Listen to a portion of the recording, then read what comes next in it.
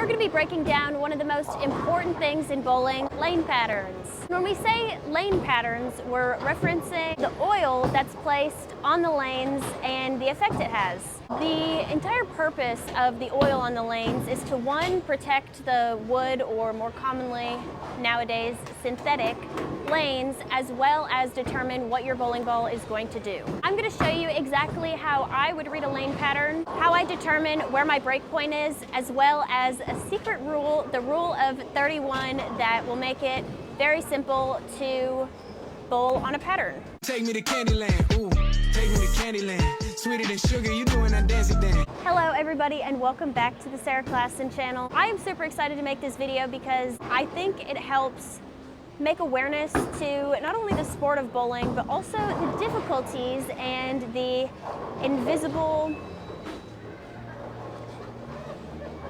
opponent that we have in the game, and honestly what makes it so difficult and requires so much skill. If you didn't know, every bowling lane is going to be covered in oil. As I said, it acts as a protectant as well as determines what your bowling ball is going to do.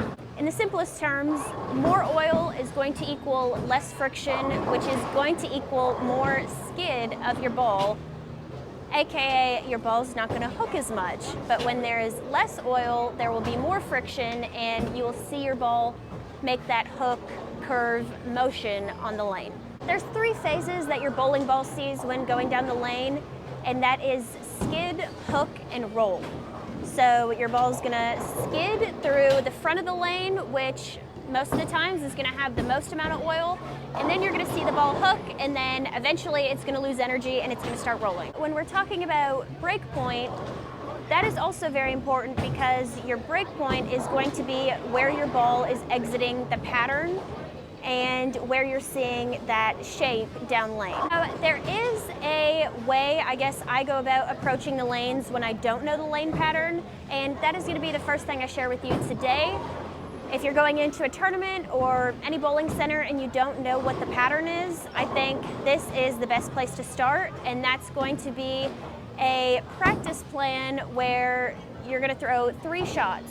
So I actually learned this in college, bowling for Wichita State, and going into tournaments where we didn't know the pattern, it was always super helpful.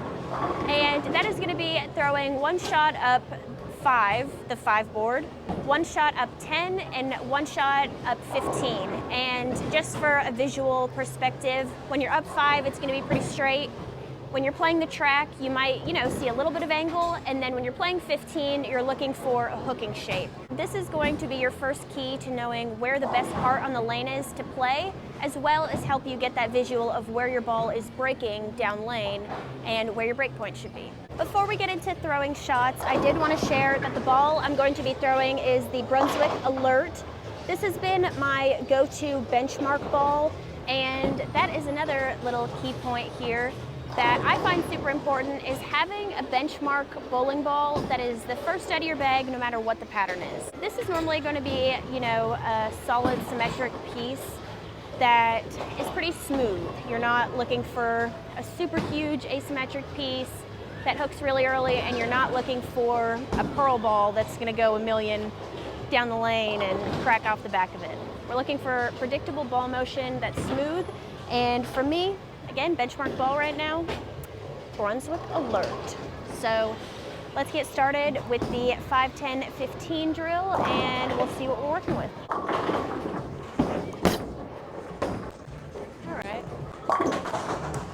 All right, and for reference, I drift left when I bowl, so that first shot where I was trying to hit 5, I was actually, I started standing 10, but I'm sure I slid 15.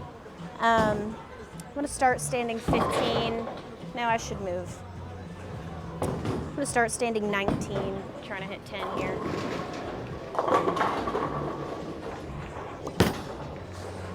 That was 10. Wow. You see how long that went? Okay guys, it's me while editing this. I am just gonna say I am fully aware now that I hit 3 boards left of what I'm trying to during this demonstration, and I know I do that, but I didn't realize it was that bad. I threw that shot and I was like, yeah, I hit 10, and I didn't. So This was also a learning experience from me, but it still is a good drill nonetheless. So just keep in mind, I'm going to see my ball hitting 2 to 3 right of where it actually is. Did not store energy by the time it got down there, but yeah. All right, now we're gonna make the jump left to try and be playing 15.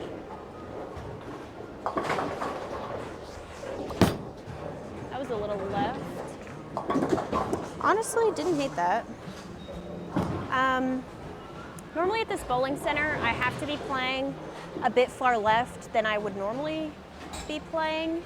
Not sure if that's the thing with the new Bolero oil or what, but after all that, I would say my best look is probably gonna be between 10 and 15. Because when I was playing 5, my ball cracked off of it. When I was playing 10, it went dead straight. When I moved left, it tried to hook and was just a little light. So that makes me think that in order for my ball to store energy, I need to be closer to the middle of the lane to have more of a predictable ball motion. So that being said, I'm gonna stand on the big dot, 20, meaning the middle of my left foot is gonna be on 20. And I'm gonna make my target at the arrows maybe 12 and my break point about 8.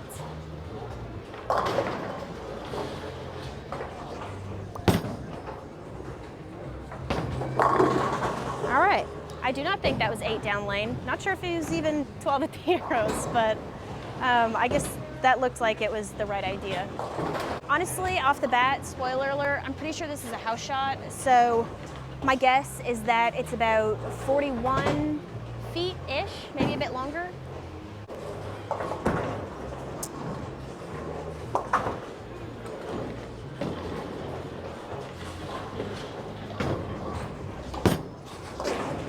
Got a little right. Still got there, but a little bit lazy. So in that case, we can do a few things. We can try to slow our ball speed down. We can try to hook it a bit more, increase the rotation a bit. But I think I should probably just slow down a bit.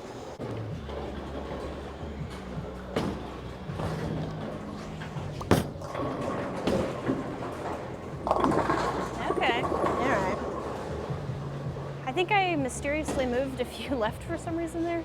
As you can see, this is fresh because you can see my flare lines from the oil where the ball flares. I'll probably get a chamois actually. Get the oil on the lanes. That is where these come into handy. This is a Vice chamois, pretty old one, so it looks kind of nasty, but side is actually pretty grippy, so it makes it easier to spin the ball in your hands. Just for demonstration, I don't know how well you can see this, but just hold the chamois in my left hand, spin the ball around a bunch, help wipe some oil off.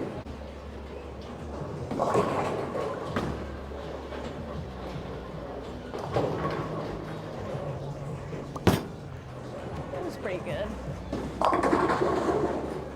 Oh, that could have been cool. It did get a bit further right down lane, so I might move my feet maybe 1 to the right.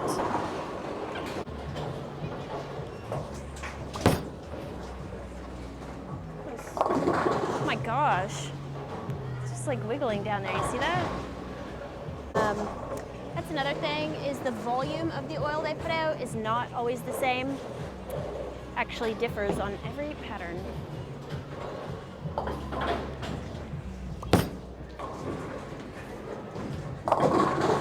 right, it's a bit better.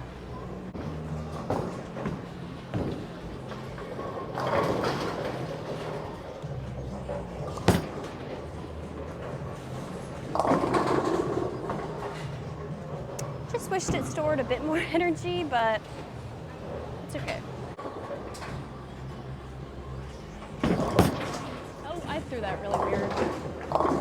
I threw that very weird. I'm not sure what happened there, not gonna lie. That's good. All right. Just a little tweak and, you know, grip pressure, ball speed. Now, just for fun, I'm gonna move back over and try to throw it at 5 and see what happens.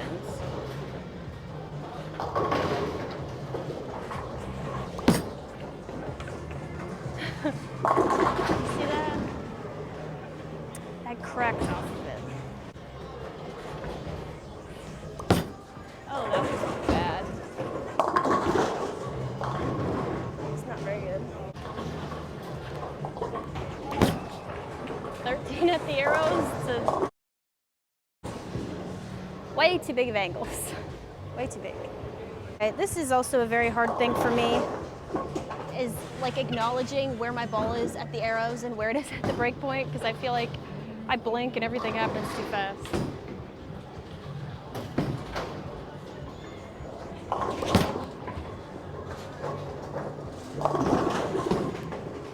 I'm not trying to do that.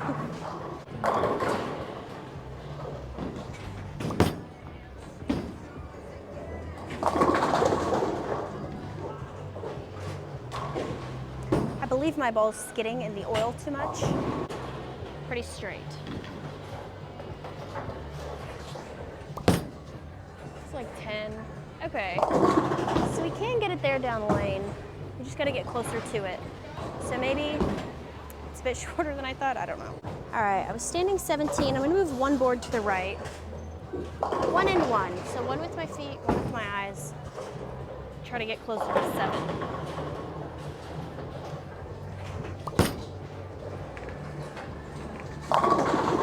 It's a bit more promising. A little bit.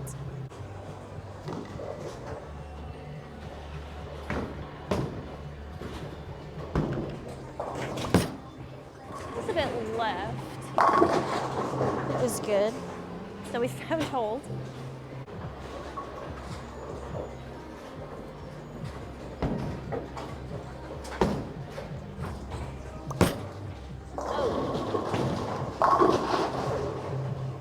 I really caught that one.